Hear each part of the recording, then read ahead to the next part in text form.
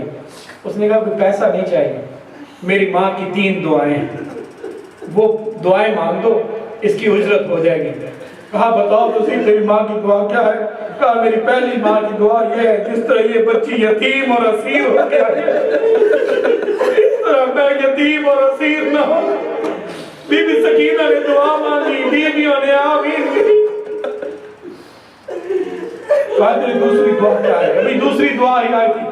کہا میری ماں کی مرشد زادی ہے, دعا کرو میری ماں مدینے جائے, اپنی مرشد زادی کی زیارت کرے. اس وقت بیوی نے پوچھا اپنی ماں سے, پوچھ تیری مرشد زادی کا نام کیا ہے؟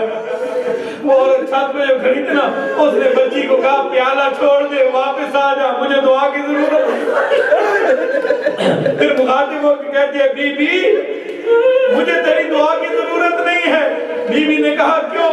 کہا اگر تو کہتا نہ ہوتی نا میں تجھ سے پوچھتی کہ اتنی بڑی بات تو نے کہہ کیسے دی کہ میں اپنی مرشد زادی کا نام تجھے بتاؤں. اور یہ کجا یہ نجس ماحول, کجا میری مرشد زادی کا نام, یہ ماحول اس قابل نہیں کہ اپنی مرشد زادی کا نام لوں.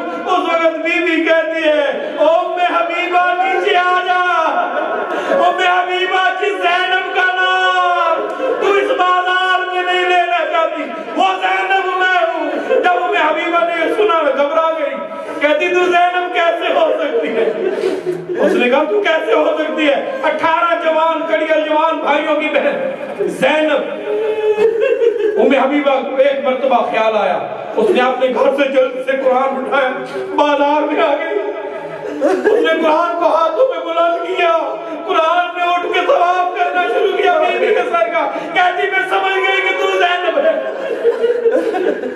قرآن نے تیرا احترام کیا، تیرے سر کا طواف کیا، اب مجھے شک تو نہیں رہ گیا کہ تو زینب نہیں، میں مان گئی کہ تو زینب ہے، لیکن یہ بتا اگر تو زینب ہے پھر بتا تیرا عباس کہاں گیا؟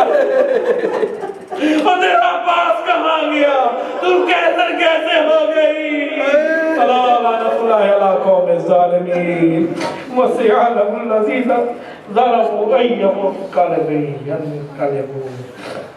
یا محمود بحق محمد، یا آغا بحق علی مرتضی، یا فتح السماوات بحق فاطمہ الزہرا، یا مسر بحق حسن المجتبی، یا قدیم الاسلام ماتم حسین، یا حسین یا حسین یا حسین یا حسین